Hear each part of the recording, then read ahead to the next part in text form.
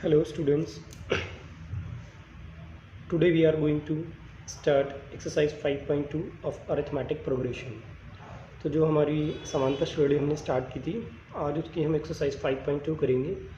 Actually before going to start the chapter, I just want to thank Sophia and BACS for supporting us in this intricate situation as the world has been suffering from the pandemic disease that is corona. But BACS as well as Sophia didn't stop any welfare activity such as providing food, masks, shelter, education, and there are many basic needs which have been fulfilled. आप लोगों को पता ही होगा कि Sophia जो है BACS के साथ मिल करके काफ़ी लोगों की खिदमत करती है। उसी का एक छोटा सा पार्ट मैंने आपके सामने डिस्कस किया। तो अब हम चलते हैं अपनी एक्सरसाइज 5.2 पर। तो एक्सरसाइज 5.2 का जो फर्स्ट क्वेश्चन है, फर्स्ट क्वेश्चन देख लेते हैं। उसके कुछ पार्ट्स हैं हमारे सामने। तो फर्स्ट पार्ट में आपको जो है ए की वैल्यू दी हुई है कि ए आपका 7 है, डी आपका 3 है और एन आपका 8 है। ये आपको क्वेश्चन में दिया हुआ है और ए एन के आगे उसने ब्लैंक लगा दिया कि आपको ए एन की वैल्यू फाइंड आउट करनी है। तो सभी लोग को पता है कि ए एन का फॉर्मूला क्या होता है, ए प्लस एन माइनस 1 इंटू में डी। तो बस हमको बस वैल्यू ही तो पुट करनी है। ए एन हमको चाहिए, ए हमारा हैगा तो पुट कर देते हैं। ए कितना है 7 प्लस एन, एन की वैल्यू क्या है 8 माइनस 1 इंटू में डी, डी हमारा 3 है। तो बूड मास के रूल के अकॉर्डिंग पहले हम ब्रैकेट को सॉर्ट आउट करेंगे। 7 plus 8 minus 1 that is 7 and into में 3। तो 7 प्लस 7 को 7 में ऐड नहीं करना है, 7 इंटू 3 पहले करेंगे। तो 7 3 ज़ा 21, 21 प्लस 7 दैट इज़ 28। तो ये हमारा फर्स्ट पार्ट हो गया। इसके 5 पार्ट्स हैं, सारे ही ईजी हैं। सब में वैल्यूज़ दी हुई हैं, 4 वैल्यूज़ हैं, 3 दी हुई हैं आपको गिवन और सिर्फ एक ही निकालनी है। तो इसके पार्ट्स आप इजीली कर पाएंगे। इसका फोर्थ पार्ट देख लेते हैं, शायद वो आपको थोड़ा सा डिफ़िकल्ट लगे। फोर्थ पार्ट में आपको ए की वैल्यू दी हुई है -18.9, उसके बाद आपको डी दिया हुआ है 2.5। आपसे बोला कि एन निकालिए और ए एन की वैल्यू भी इसने दी है। ए एन की वैल्यू दी है आपको इसने 3.6। अगेन कुछ नहीं करना, आपको सिर्फ फॉर्मूले में पुट करना है a n is equals to a plus n minus 1 into में डी। हर बार आपको फार्मूला ज़रूर लिखना है क्योंकि फार्मूले के स्टेप्स के मार्क्स होते हैं। तो ए एन की वैल्यू आपको दी हुई है 3.6, तो पुट कर देते हैं 3.6 और ए की वैल्यू आपको दी हुई है -18.9 प्लस एन की वैल्यू आपको चाहिए तो एन को एन रहने देते हैं और डी आपका है 2.5। अब आप क्या करें, इस -18.9 को इधर ले आएँ।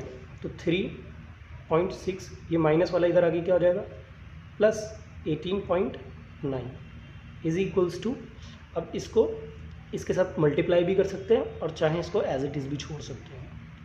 2.5 हम यहाँ लिख देंगे। इसके बाद क्या करेंगे, इन दोनों को ऐड करेंगे और जब हम इनको ऐड करेंगे तो कितना आ जाएगा 22.5 और ये n माइनस 1 हो गई 2.5। आप चाहें 2.5 को n से मल्टीप्लाई कर सकते हैं, फिर -1 से मल्टीप्लाई कर सकते हैं और चाहें डायरेक्ट क्रॉस मल्टीप्लाई कर सकते हैं। ये 22.5 है हमारा, तो इसके नीचे क्या आ जाएगा 2.5 और यहाँ क्या बच जाएगा n माइनस 1। जब हम इसको डिवाइड करेंगे तो ये कितने पर जाएगा, 25 से 9 पर जाएगा। ठीक है, तो यहाँ पर आ जाएगा हमारा 9, n minus 1 is equals to 9। अब इस -1 को हम इस तरफ ला सकते हैं, तो 9 प्लस 1 की वैल्यू, तो n की वैल्यू कितनी आ गई हमारी 10। सिर्फ इन क्वेश्चंस के अंदर हमें इस तरीके से फाइंड आउट करना। आई होप आप इसको समझ गए होंगे। तो इसके सारे पार्ट्स ईजी हैं, आप लोग इजीली सॉल्व कर लेंगे। तो अब हम चलते हैं अपने नेक्स्ट क्वेश्चन पर, क्वेश्चन नंबर 2। तो क्वेश्चन नंबर 2 एक बारी देख लेते हैं हम क्या कह रहा है। तो क्वेश्चन 2 में आपसे कह रहा है कि एक एपी दे दी, एपी का सीक्वेंस दे दिया आपको 10, 7, 4, इस तरीके से आपको एक एपी दे दी है और बोलता है कि A30 निकालिए। तो A30 निकालने के लिए आपको पता है A30 यानी 30वां पद निकालना है, तो n की वैल्यू इसमें 30 है और A हमारा फर्स्ट पार्ट जो होता है वो A ही रहता है हमारा। तो A की वैल्यू कितनी आ गई 10 और D क्या होता है सेकेंड माइनस फर्स्ट यानी 7 माइनस 10। तो D की वैल्यू हमारी क्या आ जाएगी यहाँ से 7, छोटे में से बड़े को माइनस सब्ट्रैक्ट करना है तो we will get -3 that is D। तो अब हमारा D भी आ चुका है, A भी आ चुका है और N भी आ चुका है। अब हमें सिर्फ क्या करना है A30 की वैल्यू पुट करनी। तो A30 की वैल्यू निकालने के लिए हमें AN वाला फार्मूला लगाना पड़ेगा और AN का फार्मूला क्या होता है A प्लस n-1 इंटू में D। तो AN की वैल्यू यानी n कितना है 30 तो पुट कर दें और A की वैल्यू कितनी है 10 प्लस n कितना है 30 -1 और D कितना है हमारा, D हमारा -3 है। 10 प्लस इसको सब्ट्रैक्ट करेंगे 29 इंटू में -3। अब आपको पता है प्लस माइनस माइनस हो गया, 29 को 3 से करेंगे तो 87, 10 minus 87 that is -77। I hope you got it. तो अब हम क्वेश्चन 3 देखते हैं। क्वेश्चन 3 में क्या कह रहा है, क्वेश्चन 3 के भी कुछ पार्ट्स हैं। तो इसका जो फर्स्ट पार्ट है, फर्स्ट पार्ट में इसने हमें एक AP दिए 2, फिर उसके बाद ब्लैंक दिया है, फिर उसके बाद दिया हमारे को 26, ऐसे कोई AP जा रही है। बस इसने 3 टर्म यानी 3 पदों पर भी इसको रोक दिया है। तो आपको पता है इसमें हमारा जो फर्स्ट टर्म होता है ये हमारा क्या होता है A1 होता है, ये हमारा A प्लस D होता है और ये हमारा A प्लस 2D होता है। तो यानी A प्लस D यानी सेकेंड टर्म A2 जो निकालना है हमें, A1 A2 A3 A2 निकालना है हमको। तो A2 निकालने के लिए बेसिकली हमें क्या करना है, A और D की वैल्यू चाहिए और दोनों का ऐड कर देंगे जब आ जाएगी। तो जो हमारा फर्स्ट टर्म होता है वही तो हमारा A है, A1 ही तो A होता है, A की वैल्यू कितनी आ गई 2 आ गई। और जो थर्ड टर्म यानी A3 जो दिया हुआ है A प्लस 2D दिया हुआ है, A3 की वैल्यू क्या दिया हुआ है A प्लस 2D, ऐसे लिख सकते हैं ना इसको। तो A पता है हमें हमारा 2 है प्लस 2 इंटू में D की वैल्यू है नहीं हमारे पास, तो A3 तो पता है हमें 26 है तो लिख देते हैं इसको 26। अब क्या हो रहा है, सिर्फ कैलकुलेशन रह गई, इस 2 को इधर ले आइए सब्ट्रैक्ट हो जाएगा और इधर 2D, तो 26 में से 2 गया दैट इज़ 24 और यहाँ क्या बच गया हमारा 2D। अब क्रॉस मल्टीप्लाई कर दीजिए इसको, 24 divided by 2 that is D। तो D आ चुका हमारा कितना 12। अब अगर D12 आ गया तो हमें क्या चाहिए A2, यानी हमारा A2 तो है, तो A2 की वैल्यू चाहिए हमें, तो A2 निकाल देते हैं। A2 क्या है A प्लस D और A की वैल्यू हमारी 2 और D हमने अभी निकाला है, D कितना है 12, तो 2 प्लस 12 दैट इज़ 14। तो ये इसका फर्स्ट पार्ट हो चुका है, फर्स्ट पार्ट आ गया हमारा।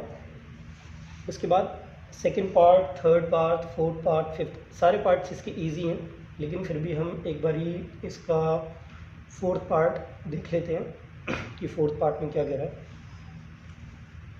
आप इजीली कर पाएंगे इन सवालों को।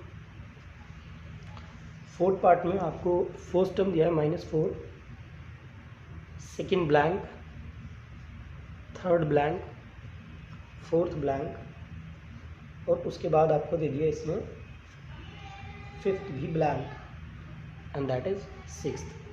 ये KP है जिसका first term, second term, third term, fourth term, fifth term, sixth term, यानी 6 टर्म्स आपको AP के अंदर दिए हैं।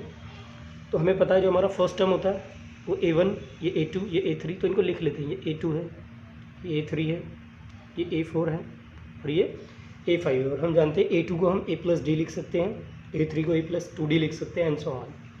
तो हमारा A इसके अंदर अगर हम निकालना चाहें तो A तो हमारा -4 है और ये वाला जो टर्म है हमारा ये कितना बनेगा A6 बनेगा।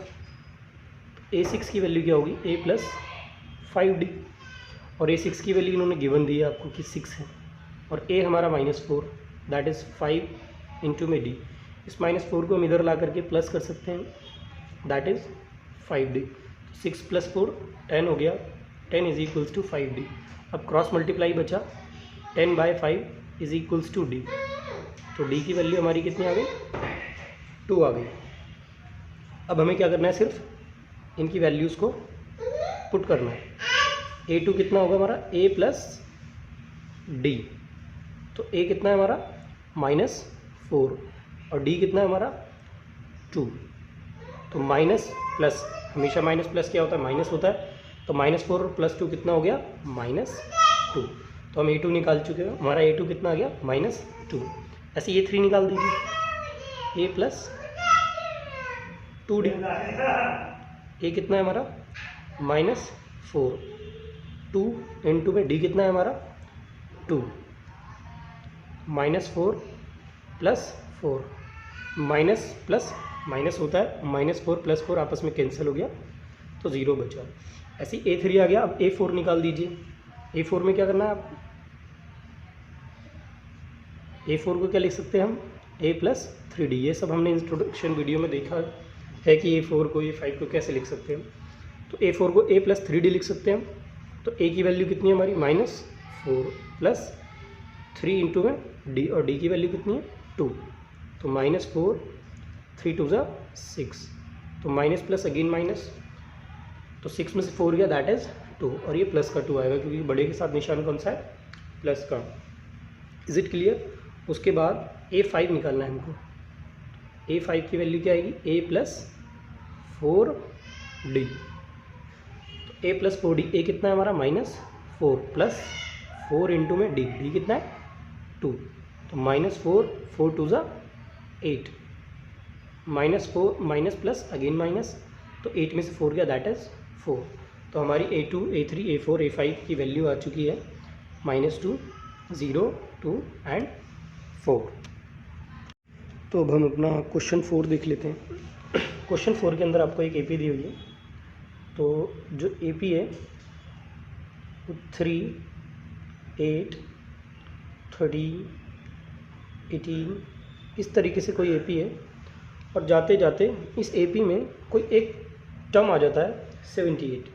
यानी आपसे क्वेश्चन के अंदर पूछना चाह रहा है कि ऐसे कोई AP जा रही है और इसके अंदर एक टर्म आ गया 78। ऐसे ये AP ऐसे ऐसे आगे जा रही है, बीच में 78 आ गया। तो ये पूछना चाह रहा है कि ये 78 जो है ये इसका कौन सा टर्म है। जैसे मैं बोलूँ ये सेकेंड टर्म, ये थर्ड टर्म, ये फोर्थ टर्म, ऐसे अगला फिफ्थ टर्म। तो ऐसे चलते चलते AP के अंदर यानी कि ये 78 जो है कौन सा टर्म है। तो हम जब भी बात करते हैं कौन सा टर्म, तो उसको हम क्या बोलते थे, AN। या इसको हम ऐसे भी समझ सकते हैं, जो भी हमारा लास्ट टर्म होता है वो हमारा AN होता है। तो 78 हमारा AN हो गया इसके अंदर। तो कौन सा टर्म, यानी कि ये तीसरा, चौथा, तो ये कौन सा N, यानी N की वैल्यू निकालनी है आपको बेसिकली इसके अंदर। क्लियर है। और A हमको पता ही है, AP का जो भी फर्स्ट टर्म होता है वो हमारा A होता है। तो A इज़ 3 और D क्या होता है, सेकेंड माइनस फर्स्ट, यानी 8 - 3 दैट इज़ 5। अब इसको सिर्फ फार्मूला लगा दीजिए और सॉल्व कर दीजिए। AN की वैल्यू A + N - 1 × में D। तो AN हमारा 78 जो कि गिवन है आपको, A की वैल्यू 3 + N हमको निकालना है, -1, और D हमको दिया हुआ है 5। अब इस 3 को इधर ले आते हैं, 78 - 3 N - 1 × में 5। तो 78 में से 3 गया, दैट इज़ 75, N - 1 × में 5। अब इस 5 को क्रॉस मल्टीप्लाई कर देते हैं, दैट इज़ N - 1। तो इसको इससे जब आप डिवाइड करेंगे तो ये 15 आ जाएगा, N - 1। अब इस 1 को इधर ले आइए, अब दैट इज़ N की वैल्यू 16 आ गई। इसमें आपको यही निकालना था। यानी इस AP के अंदर हम फर्स्ट सेकेंड इस तरीके से गए तो ये कौन सा पद निकला, कौन सा टर्म है, ये 16, यानी 16वां पद है।